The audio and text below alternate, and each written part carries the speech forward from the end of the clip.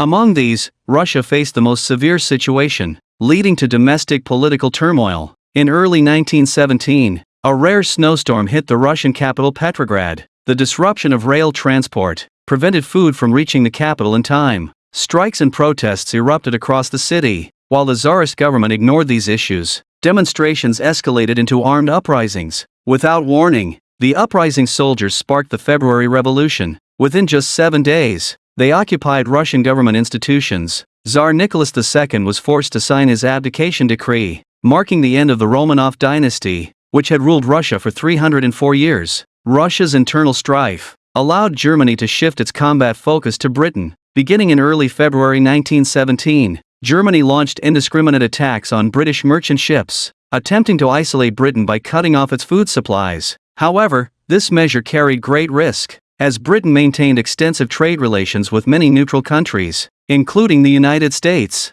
After a month of submarine attacks, British merchant losses soared to over 1 million vessels. Britain implemented a naval escort system for merchant ships, which significantly reduced losses. This meant that Germany's unrestricted submarine warfare strategy had failed. But Germany's actions caused dissatisfaction within the U.S. government, prompting the U.S. to sever diplomatic ties with Germany. Shortly after this incident, Britain intercepted a message from Germany to Mexico, inviting Mexico to form a military alliance against the United States, and stating Germany's willingness to help Mexico recover territory lost to the U.S. Although Mexico rejected this proposal, the revelation of the telegram fueled American support for war, leading to the U.S. declaring war on Germany on April 6, 1917. In fact, the public exposure of the telegram was merely a pretext for American involvement. The deeper reason lay in economic interests. Since the start of the war, British naval blockades caused U.S. trade with the Central Powers to plummet, from $170 million in 1914 to just a few million. Meanwhile, trade with the Allies surged, from $800 million to $3 billion.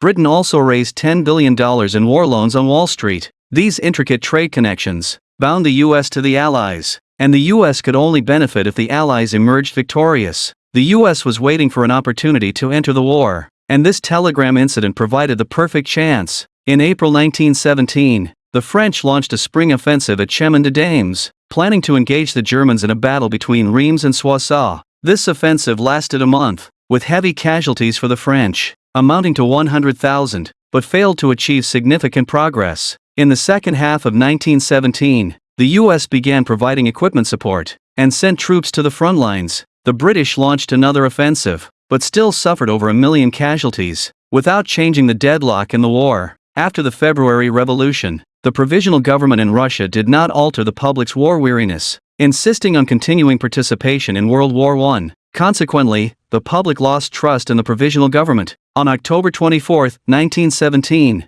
the October Revolution erupted in Russia, with soldiers successfully occupying key areas of Petrograd. On March 3, 1918, facing both internal conflict and pressure from Germany, Russia signed the Treaty of Brest-Litovsk, ceding 1 million square kilometers to Germany. This effectively ended the Eastern Front, and allowed Germany to redirect its elite troops to the Western Front. In 1918, during the Spring Offensive, the German army widely employed infiltration tactics, characterized by flexibility and mobility. The German stormtroopers broke through British defenses in quick succession, causing significant defeats for the British Fourth Army. The German advance continued, pushing the front line within 30 miles of Paris. On July 15, 1918, the Second Battle of the Marne began. France urgently requested reinforcements from American troops, with substantial American support arriving at the front. The joint counteroffensive by British, French, and American forces led to a retreat of German troops, who faced shortages of supplies and reinforcements. On August 8, 1918, the Allies began a counteroffensive.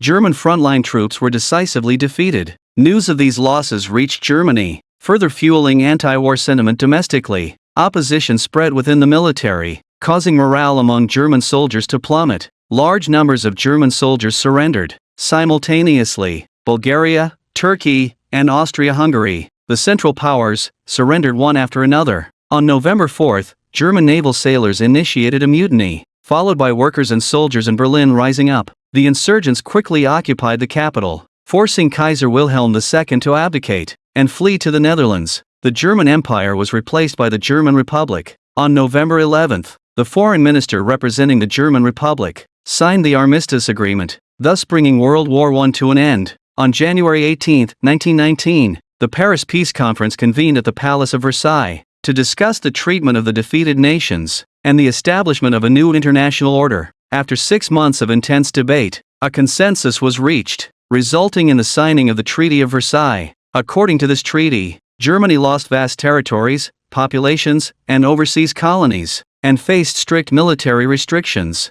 Germany was also required to pay substantial war reparations. The Paris Peace Conference of 1919, though it ended World War I, also planted the seeds for future conflicts and wars, becoming an important backdrop for World War II.